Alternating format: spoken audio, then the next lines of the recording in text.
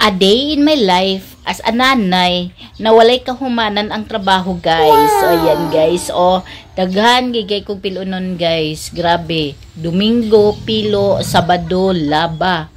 Mo ni ako ang trabaho diri sa amuha. Ang daily part of daily routine as a nanay. Mo ni, guys. Grabe, pilo nanay, pilo sa mga labonon. Abi ninyo, guys, naagi ko i-share sa inyo.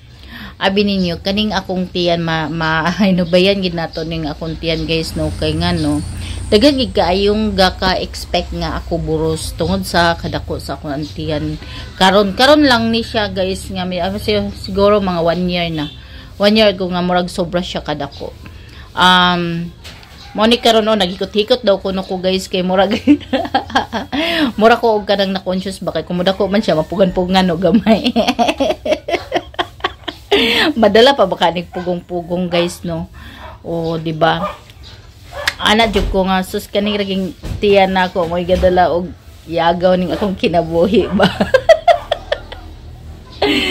Ay Ginoo ko, guys. O mao ni siya, guys, kay nga no. Before pagid, guys, before as in niwang jud ko. Niwang gid ko then kalit landayon nga nidako ko, then kalit landayon nga na ay something sa atong tiyan, mao nang misamot siya og dako. Pero naman noon, guys, git treatment man noon siya. Pero dili gid malikayan nga maulaw jud ko sa akong tiyan. Sa tinuod lang karon lang ko gasyo sa akong tiyan kay murag nana ba ko nga nganong ako man taguan akong tiyan no, di ba sa nauna, guys, ang ako ang mga post ako ra nahung gina ako nga ipakita sa ako ang mga upload, never gid nga magpakita ko sa akong tiyan.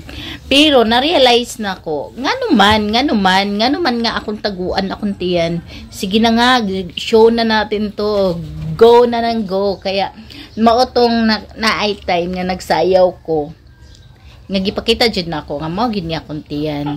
Pero I'm hoping na magamay siya, guys, diba? Grabe sad kay kasakit nga. Grabe pud kaayo. Murag nasad na ako ang mga discrimination, guys. Dili gid malikayan nga na mga discrimination nga imo ang madungog dahil sa imo na magpadungog-dungog sa imo sobra sad kasakit. Pero unsaon man gyud nga naa man gid na siya nya. Kinsa pa po'y gusto nga maingon-an nga ako antiyan, no, diba? So sad kaayo nga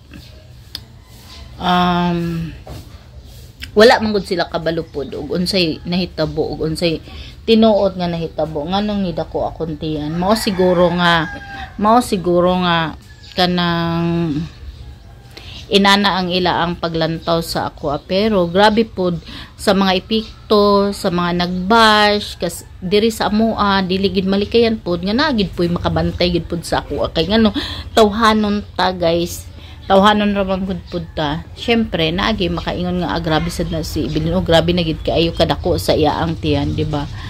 Pero not knowing nila na naaday gibati, naaday nganong midako siya, nganong misamot siya og dako na siya daan, nganong misamot, diba, guys?